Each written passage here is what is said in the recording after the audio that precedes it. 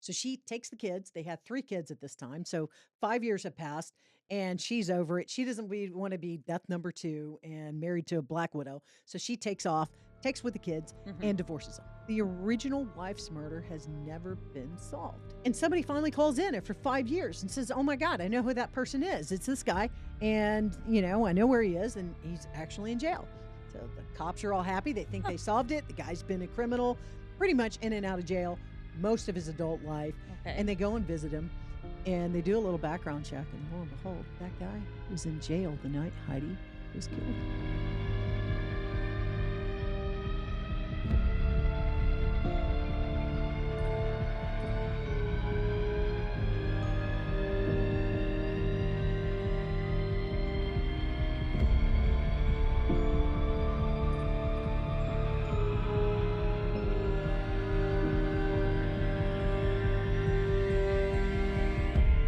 Welcome back to Murder, Mayhem, and Mortgages. My name is Robbie, I'm Chef.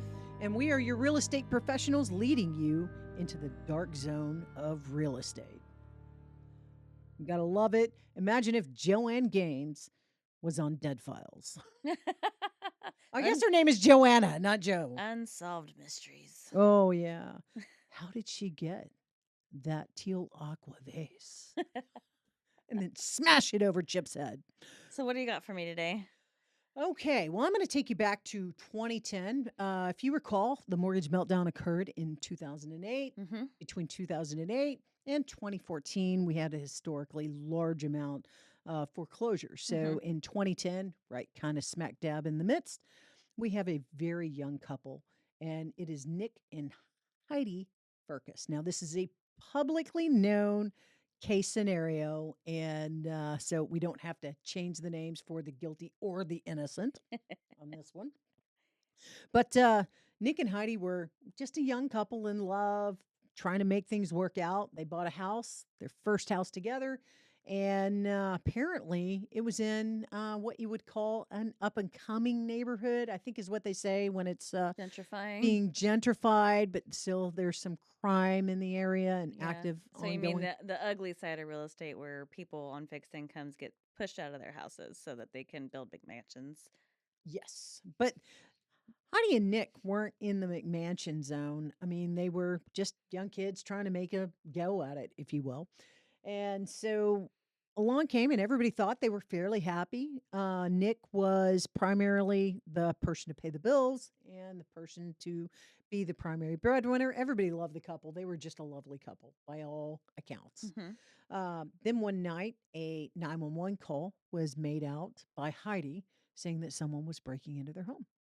Okay. And about a minute later, Nick made a second 911 call saying that his wife had been shot and he had also been shot and she wasn't moving and the intruder had left. Okay. So arrive, here come the cops, and they do a quick investigation. He has to be taken to the hospital, and Heidi unfortunately didn't make it. So Okay. Did they Nick, have any kids?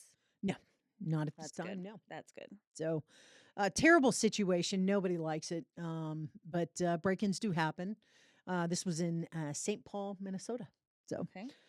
in 2010, and it's a fairly quiet town. But Did they Nick, ever catch the guy? well, interestingly enough, not right away. But Nick wanted to help the police, and so he had an attorney. Weirdly enough, present immediately because first suspect is always the spouse. Mm-hmm. Yeah. It's always those closest to you. So if I die, look at my wife. Okay. But anyway, so he, wants to be the willing and helpful spouse. He actually had an attorney kind of pulling him back and saying, "Don't be too helpful. They're going to start looking at you." The attorney, he goes, "But I can identify the man that broke into the house." And so the attorney arranges for an artist rendition to be procured. And it's a very specific rendition of an African American with a pockmarked face and wide eyes. And it's a very descriptive image. And so the police go after it and really chase after the episode. Now, they do ask about their marriage. And he said, "Well, we had kind of the normal troubles of bills and whatnot." Mm-hmm. And so It's always uh, the finances. it is always the finances. Ladies, Pay attention. Do not let the man just pay the bills and ignore it.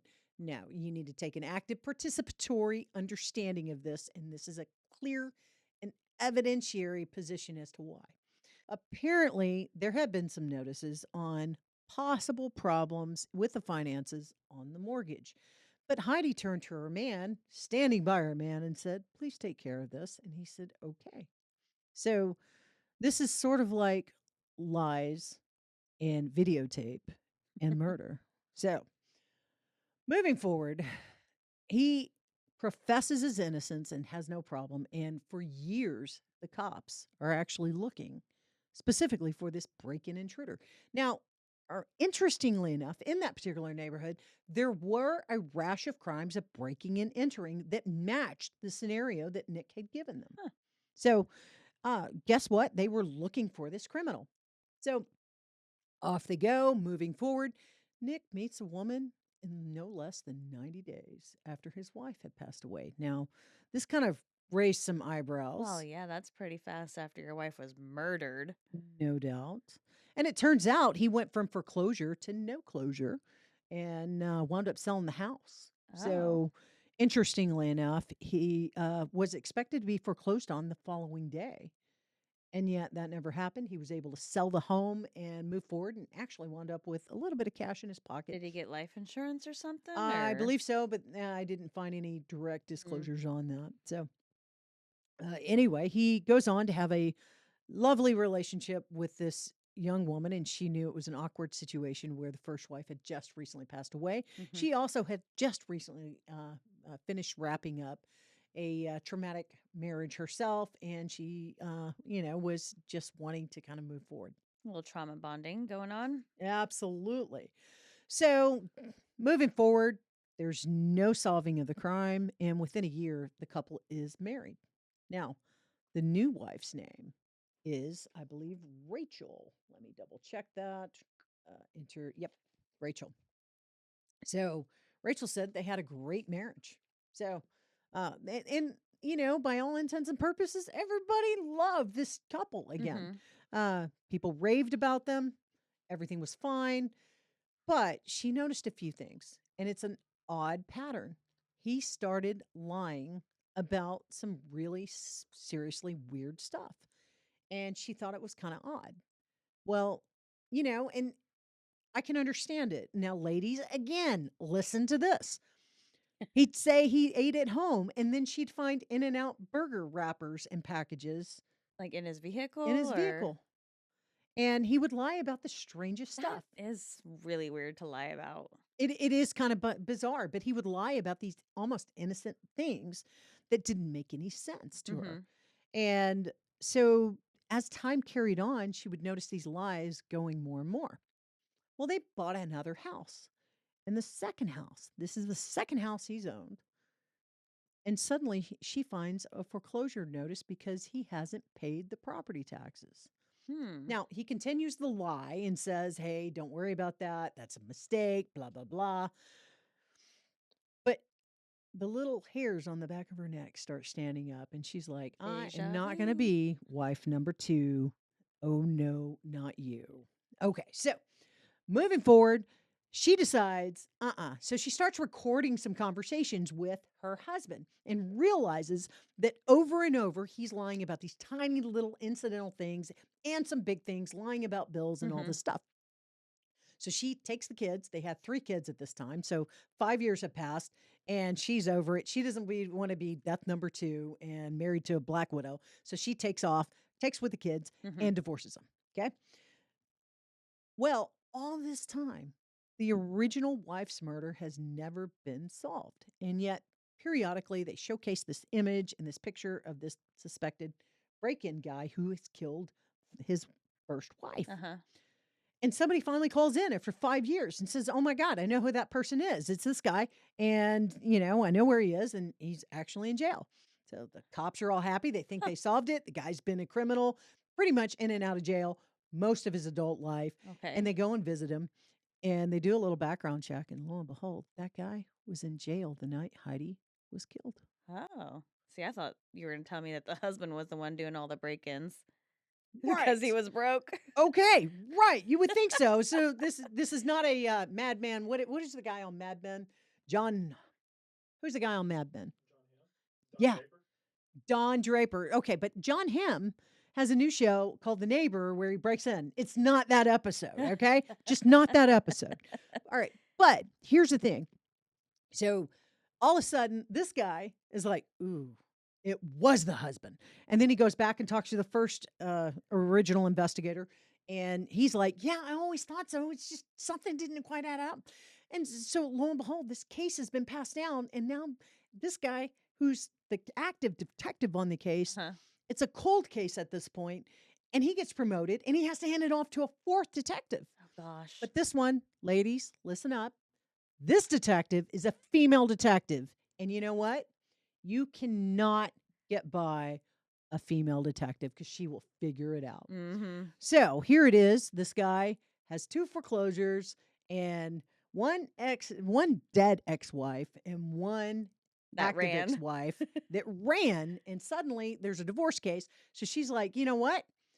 I am going to call and find out from this ex-wife what the deal is. And the ex-wife's like, yeah, I have videotape.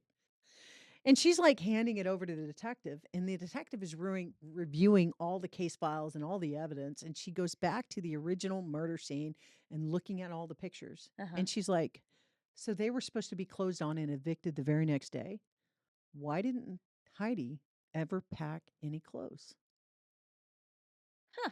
If you were supposed to be evicted, if you She didn't knew you were know. going to be evicted, wouldn't you pack your She shit didn't know. and be ready? She had no idea. This guy had lied about it. Now, here's the crazy part. His friends swear up and down. They're like, no, this dude's good. He's a great dad. He loves to fish. He's a really nice dude. He just happens to kill a couple of people. No, I'm just kidding. I'm adding that part just for my own humor. But no, legitimately, they are still standing up and saying this dude's innocent. And yet the cops are like, no, baby, no, he's just a creepy motherfucker that lies all the time and doesn't pay his bills. Yeah. Ladies, pay attention. What the fuck was that? That little noise. Did you hear that? Yeah. Anyway, creepy noises happening on the set. Ooh. So anyway, no, seriously, ladies, pay attention. Don't let your man lie. And if you catch him in lies, make sure he's paying the bills. And if he's not paying the bills, get the fuck out of there because you could wind up like Heidi. Yeah. Oh, That's my goodness. crazy. It is kind of crazy. But it's all about videotape lies and a little bit of murder and foreclosures. Well, I've got some good stuff for you today, too. Oh, by the way, he was convicted of the crime and is sitting in jail while his friends profess his innocence to this day. Well, you just never really know anybody, and I think everybody is capable of stuff like that. You know, that kind of frightens me because I am married. And apparently, if you are married, that's like 70% likely the person that's going to kill you. And I was talking to my wife about this. We were joking around because we were prepping for the podcast and whatnot. And I'm like, if you're ever going to, like kill me, just put a 6-pack of Shiner so somebody comes looking for me. Just put it on my chest. And she goes, as if I would use a shovel. And I'm like, wait a minute. You fucking thought about this? I mean, are you really married if you hadn't thought about it at least once? Oh my God. Right? Oh Lord. I'm not going to break a sweat knocking your ass off the boat. Like, what the hell? Well, Oh, mine may not be as exciting, but I was gonna talk about killer open houses. ooh. You know, Tell me more. being a real estate agent can be pretty dangerous sometimes. I even had a couple close scares when I was actively selling real estate, and one was actually at an open house. I was hosting an open house. I decided to have this taco open house because I mean, who doesn't like tacos in Texas or I would just make it to that. in general? And so this guy, he sees me putting out the signs and everything, and he's like, "Oh, can I have a taco?" Blah blah blah. I said, "Sure, you can come by the open house, no problem." Gentlemen, there's no creepier line than got tacos. Don't use that for a pickup line. So I go back to the house. I start setting up, and this guy comes in. Very obviously not interested in the house. Um, didn't even really seem that interested in the tacos, and so He might be interested in the tatas. at least not the tacos I brought. Oh, wow. I think we got off topic. What about the open house?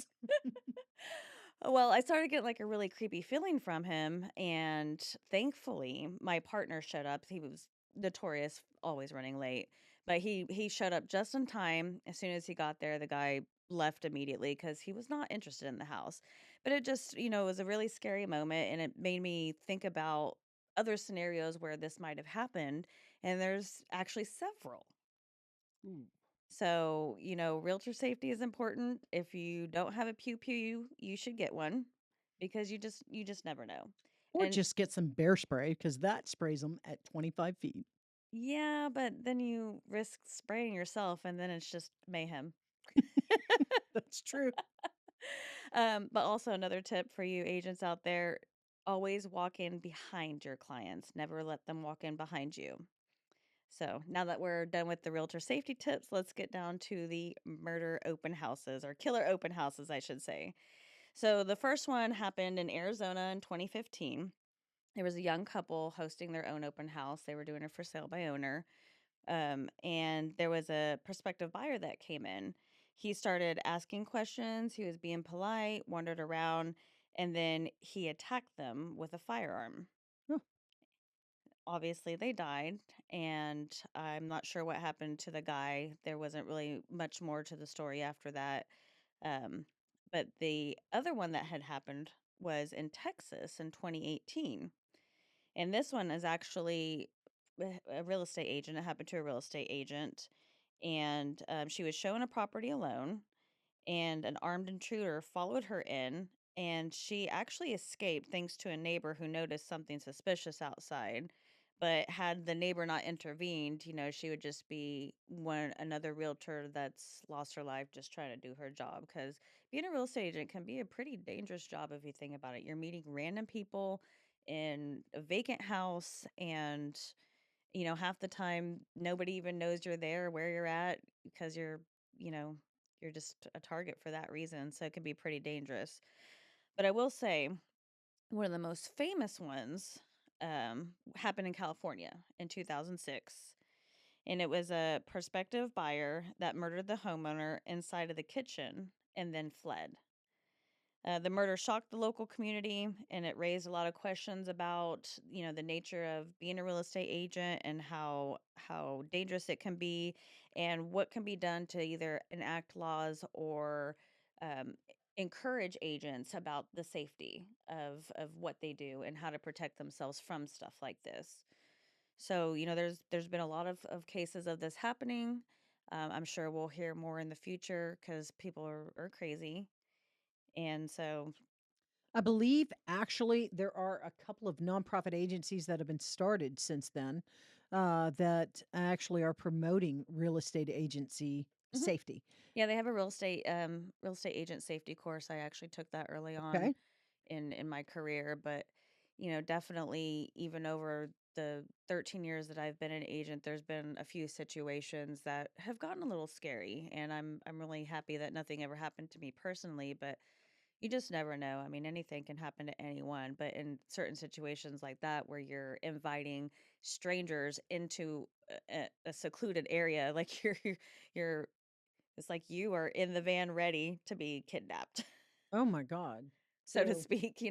absolutely. I mean, like it is a frightening situation and it is a serious situation Mhm. where realtors, if you are planning on hosting an open house, there's nothing wrong with asking your chaos ridden loan officer to come out and support you at those open houses. Yes, Or partner your up. other partners, perhaps title partners, to come and showcase and just be present if you don't have another real estate partner to be present. Mhm. And then, of course, you can actually always have someone know your location, Yes. but that only goes so far as the phone. So if the phone gets left behind, you can also low jack, for instance, in your shoe. You can put the Apple tiles inside your shoe to actually I make sure. actually think they make jewelry and stuff now with Yes, trackers and too. So yeah, I mean all that stuff is helpful certainly. absolutely. We'd love to, if the jewelry maker of that jewelry wanted to be a sponsor for this podcast to protect future agents Yes. for sure. It's always a good idea to partner up, but just as the case of the couple that was in Arizona, I mean, it was two of them and it still happened, so Sometimes you just never know. And on top of that, just as a personal item, I host a safety course with realtors every single year. And so we run it for free. I actually pay for the event That's cool. I didn't know that. and love it and want to support. So we don't always get a whole lot of participation in it because it is a Saturday morning course, and that's usually when open houses are there. Hmm. But if you are an agent, take an MMA class, a self defense class, any kind of thing so that you can protect yourself. Because as much as we joke about it here on this podcast, it is a serious business. We Yes. know that you have to have these open houses to showcase your properties. We understand that, but it is also very important to keep safety number one. So, with that in mind, we do want to showcase a couple of local entities that actually are nonprofits that help support real estate agents and their safety. We'll drop some links down in the comment section. Absolutely. And with that, let's rate it out and get out of here. Man, on mayhem and murder, it's just a sad case on yours. I'm sorry, but solid fours on both the murder and the mayhem. There was no mortgage shit involved, so I'm sorry. Loan officer got a 0. But I mean, it Had the loan officer been there, maybe.